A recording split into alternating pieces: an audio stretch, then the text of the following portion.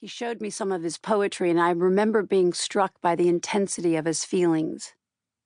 That was the part of Charlie that a lot of people perhaps didn't see, or maybe still haven't.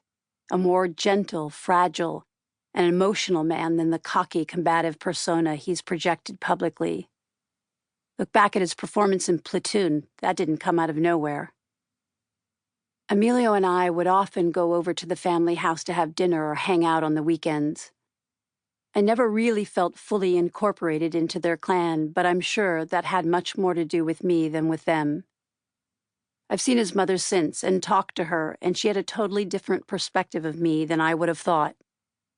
I, of course, assumed that I wasn't good enough for them, not educated or smart or sophisticated enough. I'd never known people with such strong principles, especially Martin. A longtime political activist, he had been arrested for his anti-war stance, at anti-nuclear demonstrations, for supporting Cesar Chavez, and so on. I was fascinated by all of it, but rarely joined in the political discussions at their table, feeling I had everything to learn and little to contribute.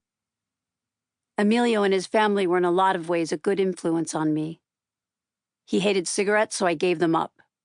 Unfortunately, like a lot of people quitting smoking, I started putting on weight once I didn't have the crutch of my cigarettes.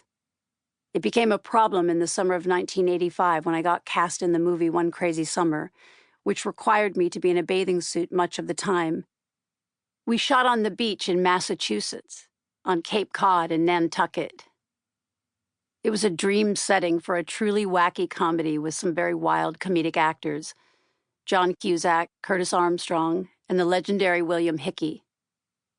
I was pretty much the only girl, which was kind of isolating until I met a quirky, wonderful social worker who was on the set to work with the kids in the movie. Her name was Patsy Rugg, and she became one of the pivotal people in my life. We got talking the way women do, and when it emerged that I was newly sober, she told me that she had been sober herself for a very long time. She offered to be my sponsor. Her generosity and guidance would make all the difference in the world.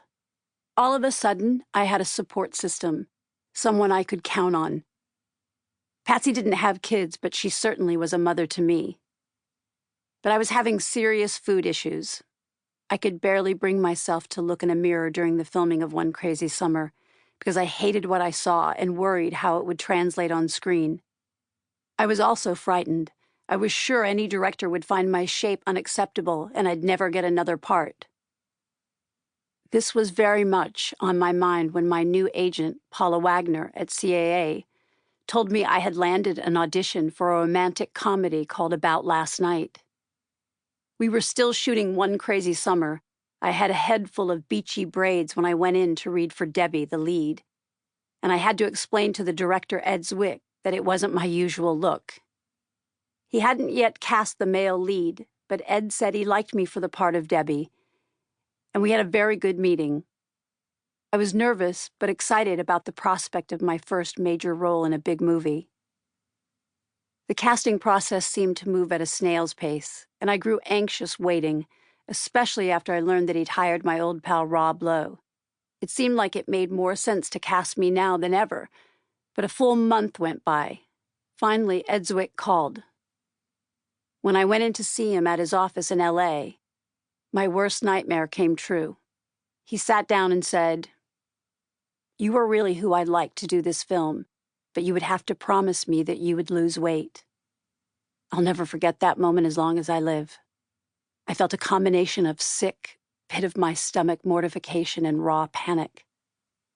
And so began my process of trying to dominate and control my body, and of equating my worth to my weight, my size, my exterior.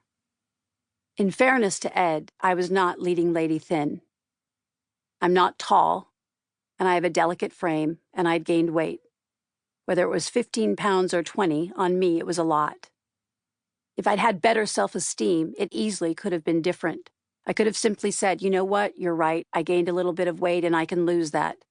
And on the outside, of course, that's exactly how I handled it. I said, "I absolutely see it, I'll do whatever it takes because I'm totally committed to doing the film."